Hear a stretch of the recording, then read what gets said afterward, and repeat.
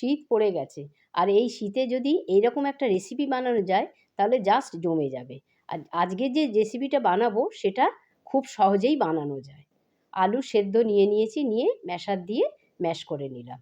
এর মধ্যে নুন দিয়ে দিলাম, 4 থেকে 5 চামচ কর্নফ্লাওয়ার দিয়ে আলুর সাথে খুব ভালো করে মেখে নিলাম। একটা ডো তৈরি করে নিয়েছি। 2 হাতে একটু তেল নিয়ে ছোট ছোট করে বলের মতো তৈরি করে নিয়েছি। সব বল আমার রেডি। এবার জল গরম হয়ে গেছে, ফুটন্ত জলে এই বলগুলো দিয়ে 2-3 মিনিট সেদ্ধ করে নিয়ে এবার ঠান্ডা জলের মধ্যে ডুবিয়ে রাখবো। সেখান থেকেও 1 মিনিট বাদে তুলে নেবো। ফ্রাই প্যানে সাদা তেল দিয়ে রসুন কুচি, কাঁচা লঙ্কা কুচি, আদা কুচি দিয়ে দিলাম। দিয়ে একটু ভাজা যেই হয়ে গেল ওর মধ্যে আমি চিলি ফ্লেক্স দিয়ে দিলাম, সোয়া সস, টমেটো সস দিয়ে দিলাম, নুন দিয়ে দিলাম। দিয়ে খুব ভালো করে আমি একটু ভেজে নেব। ভাজা হয়ে গেছে, এবার বলগুলো এর মধ্যে আমি ছেড়ে দেবো। ওপর থেকে ধনেপাতা দিয়ে রেডি আমার রেসিপি।